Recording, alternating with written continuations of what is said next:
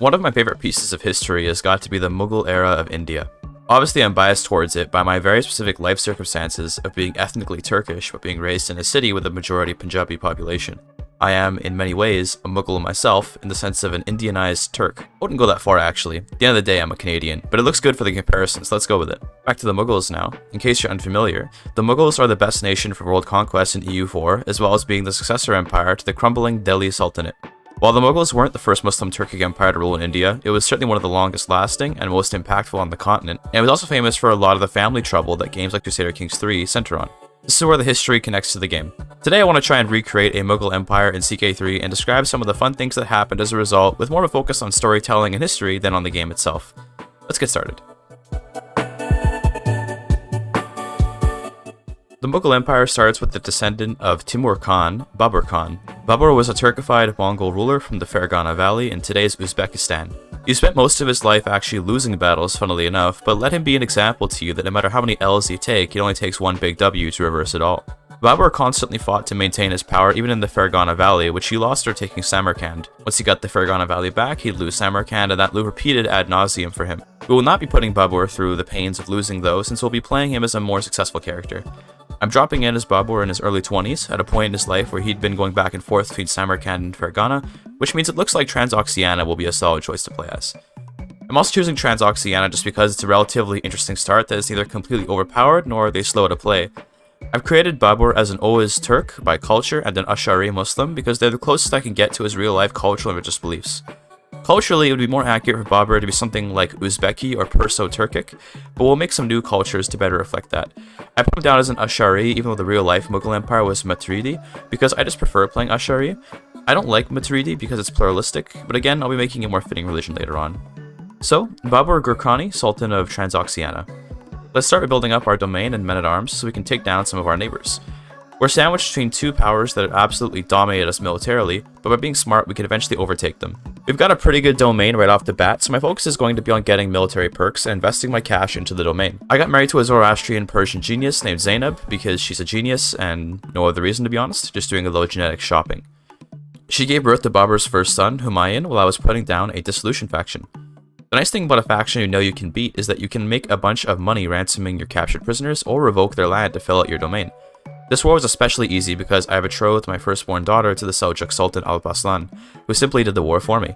I didn't even raise my troops. After the war, I also created a hybrid culture in Oghuz and Tajik, and named it Uzbek. Describing Babur as Uzbeki is kind of inaccurate because such an identity didn't exist in Babur's time.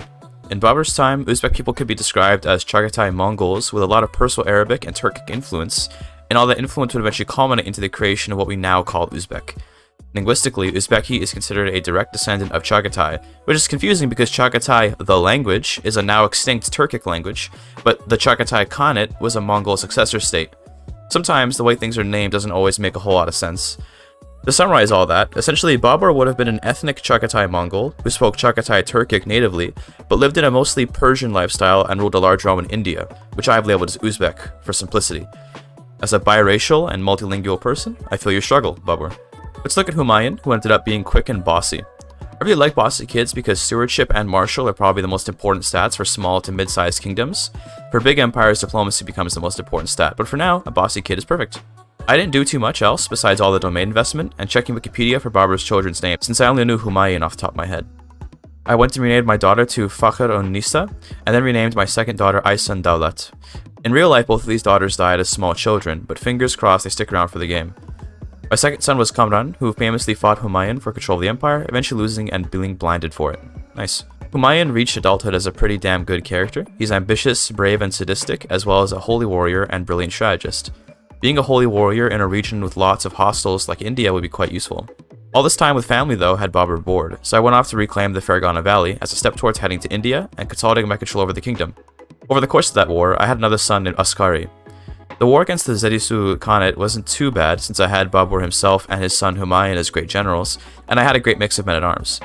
After the war, I immediately went to revoke land off my new vassals in Fergana. It was also at this point I noticed how fat Babur was getting. Yeah, I guess he's getting a little too comfortable just having kids and building up his domain. It was time for more wars to help motivate Babur to lose some weight on the battlefield. I went off to take Kashgar next since it would give me access to Kashmir, and it was a relatively nice region itself to have. Ultimately, my goal is to go conquer India, so I can't just sit around all day. I do have to eventually get there, and at this point I feel pretty strong.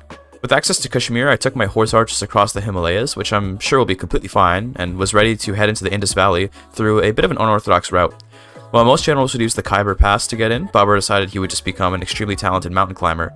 Obviously, I'm joking around. Crossing the Himalayas from this direction would be basically impossible at this time, in particular with an army numbering in the thousands. Luckily, this is a video game. The truce with Kashmir was mostly uneventful, with me considering what cultural traditions I wanted to add to Uzbek culture, but ultimately not deciding on one yet. Then I went and conquered the rest of Kashmir to get proper access to Lahore. Thankfully, it looks like all the mountain climbing helped Babur shed some pounds. I then invaded the Duchy of Lahore, which I was planning to turn into the new center of my blossoming empire. During that war for Lahore, my son, Kamran, was killed in battle, but that's okay because Humayun had a son, which I named Al-Aman to replace him. You can really see the Arabic influence in many of these names, damn. But anyway, with Lahore conquered, I decided to move my capital there and start preparations for succession. By this point, Babur is kinda old, and while not obese anymore, still kinda fat. Being 66, Babur doesn't have much longer left, although a sudden lifestyle change towards athleticism would extend his life long enough to make succession easier. Succession is great and all, but ultimately, because Kamran died, succession was actually pretty simple. I had two sons to split my land between, Humayun and Askari. I think it would be fair if everything outside of India went to the youngest son, as is traditional in Mongol ultimogenitor succession, while Humayun, the oldest, got the new rich conquests. Had Kamran still be alive, things might have been a little more complicated. I went and conquered Multan, since it was part of the Kingdom of Punjab, which I was planning to turn into my new primary kingdom. From there, the conquest slowed down as Babur himself started to slow down. His age came with a more content lifestyle, and he returned to the old habits of spending time with family and building up the domain, but this time in Lahore. Unfortunately for my genius succession plan, I had another son named Hindal. Now succession was a little more complex, but I forgot that Kashmir was actually its own kingdom, which meant I could have a three-way succession pretty easily. Humayun gets Punjab, Askari gets Transoxiana, and Hindal gets Kashmir. That's pretty easy to work with too. Humayun had twin daughters named Bakshi and Akika, and I was so proud of him. What a great son. I would sure hate if something horrific happened to him that resulted in his death, but thankfully I won't have to worry about that since he's in good health even in his late 40s. Let's focus back on Babur. He had one last ambition before his death, and that was to assure that his son Askari would get a healthy inheritance which he wouldn't be upset over. This meant conquering the rest of Transoxiana from his old ally the Seljuks. Now that the Gurkani family has taken Lahore, they've essentially surpassed the collapsing Seljuk family, and declared a kingdom invasion for Transoxiana. This war wasn't going to be too hard, nor would it be easy, but it was complicated by an opportunistic Hindu neighbor who wanted a piece of Lahore. Fighting on two fronts is always a little complicated, but we'll get through it. The Seljuks got involved in a pretty big civil war, which meant I had an opportunity to abandon that front and go deal with those Hindus on my border. I only barely made it back to Lahore before they sieged it, and I sent in the men to fight. Unfortunately, Humayun was injured in the battle, but he'll be alright, I'm sure. Nah, I'm just coping. He died of his wounds. Yep, Humayun died from a battle, which meant that now I wouldn't get to play as the actual second Mughal emperor, but instead as his son, Al-Aman. Humayun never had a second son, so I didn't get to create his actual successor, Akbar. I ended up being relatively happy with this outcome, since Al-Aman was actually kinda better than Humayun, except he was a stewardship character instead of military. That being said, having money can be so powerful that you don't really need an army, so maybe stewardship was better anyway. He also was intelligent instead of just quick, so in many ways he's the superior character to Humayun. With that done, I finished conquering Transoxiana and now had a pretty solid kingdom to leave behind to Askari, in the hopes that he might create a prosperous kingdom for himself and Babur's descendants in the future. With that last hurrah, Babur was now pretty damn old, but funnily enough, he didn't die of old age. No, he was assassinated by a mob in Lahore by an unknown plotter. I generally don't know who it could have been since Babur didn't have any particularly infamous rivals in his lifetime, but it was most likely one of the new Punjabi vassals who didn't appreciate Babur's long offensive war against the Seljuks and the recent conquest of their home. He died at the age of 80, which I would say is a solid life. He accomplished about what his real-life counterpart did, except that Babur moved the court to Delhi, not Lahore. While Emiran Al-Aman Gurkani was still underage, he took to the role of Sultan pretty well. He was ambitious and brave, although chaste, which is neither too good nor too bad. His uncles ruled everything north of Punjab, but succession was smooth thanks to Babur's preparations. Askari accepted his role as Shah of Transoxiana, and Hindal was far too young to contest anything from his throne in Kashmir. Al-Aman spent most of his life on just developing himself as a ruler in Punjab and conducted his first military campaign as part of a jihad against Egypt. Despite being pretty far removed from the politics of the Middle East at this point, Al-Aman was still a Sunni Muslim, and the Shias of Egypt needed to be stopped. Perhaps a bit economically unwise, Al-Aman sent his army on boats across the Indian Ocean and up the Red Sea into Cairo. Most of the army was still composed of horse archers, who in the flat land of the Nile floodplains would shred the heavy infantry of Egypt. During the campaign in Egypt, Al-Aman had his first son, Little Humayun, who he named after his father. Although Al-Aman's father died relatively early on in his life, he had a great deal of respect for him, it would seem. After some time fighting in Egypt, the debt that Al-Aman was taking on was starting to scare him, so he disbanded the army and hoped that his allies could handle the rest of the war. The next contribution of Al-Aman to our Mughal story was the creation of the Urdu hybrid culture. I know that Urdu is a language, not really a culture, but I wanted to pick a cooler looking name than just Hindustani. Urdu as a language is interesting because it can be attested since as early as the 9th century, but it started to acquire an actual form of status and standardization with the Mughals. Urdu itself is derived from the Turkish word orda, which itself is the word from which English gets the word horde. It is in reference to the fact that the armies of the Muslim Turkic empires in North India spoke Turkic languages.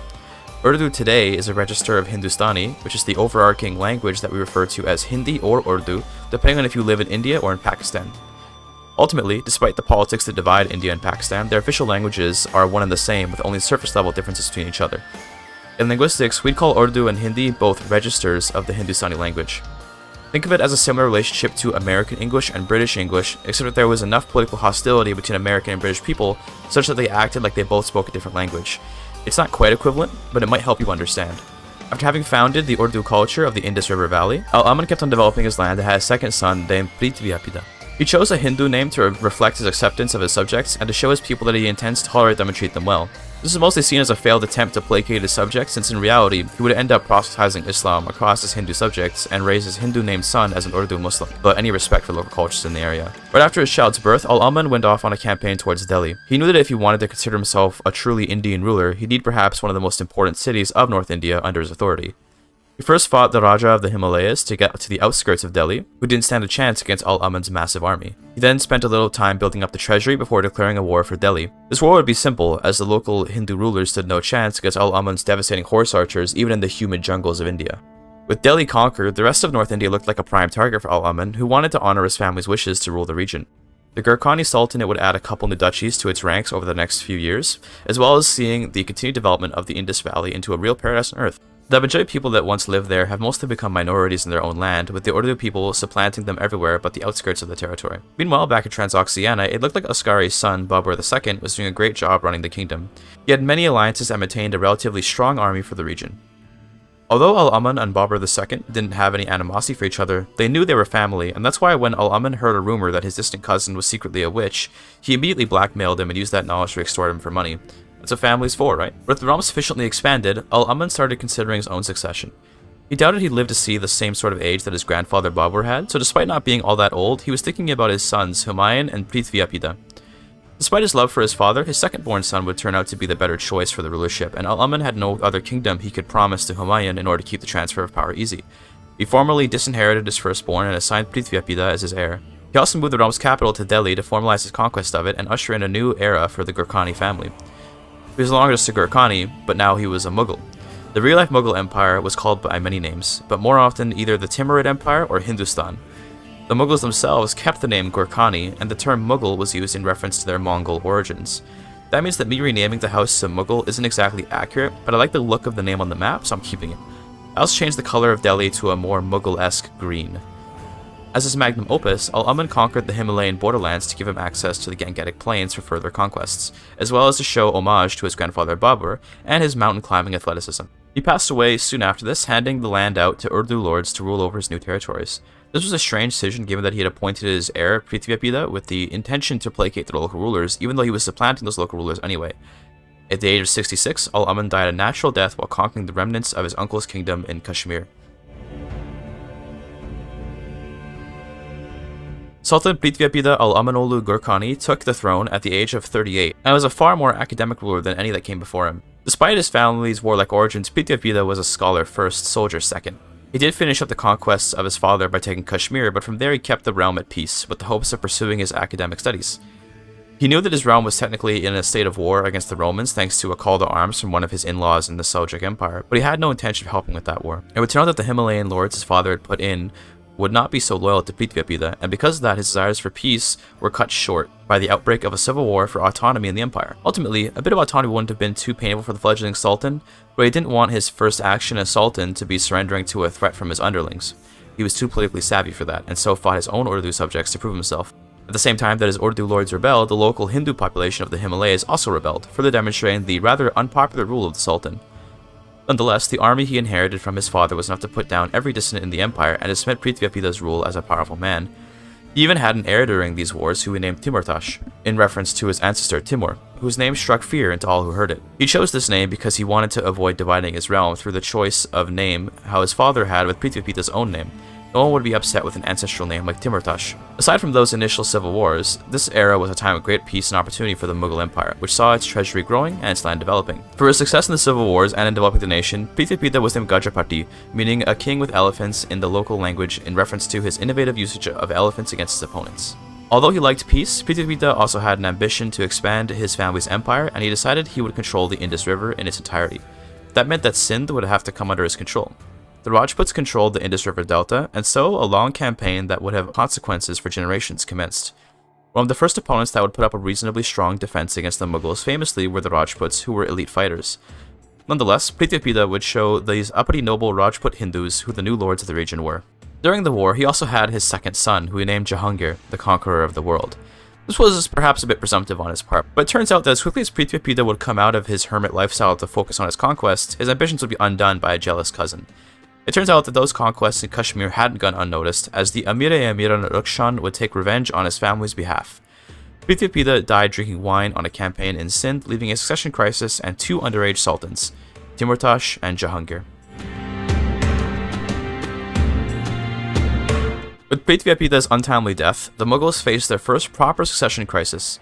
Two infant sultans now split the realm, with Delhi and the Himalayas being the seat of the proper empire under the 7-year-old Sultan Timurtash Prithvyapidolu Gurkani, and the breakaway state of Punjab being ruled by the barely born Jahangir. Just wanted to say that adding Turkish patronymic naming convention to Indian names like that feels extremely cursed. Thank you CK3 for exposing me to that. Meanwhile, the war with the Rajputs still raged on with the end near, but the fear of a failing economy lingering nonetheless made the need for the conflict to end even stronger. The moment the war was over, Timurtash's advisors urged him to reclaim Punjab from his brother, and although Timurtash was old enough to know that meant he'd have to fight his brother, he knew that ultimately he was too young to realistically object.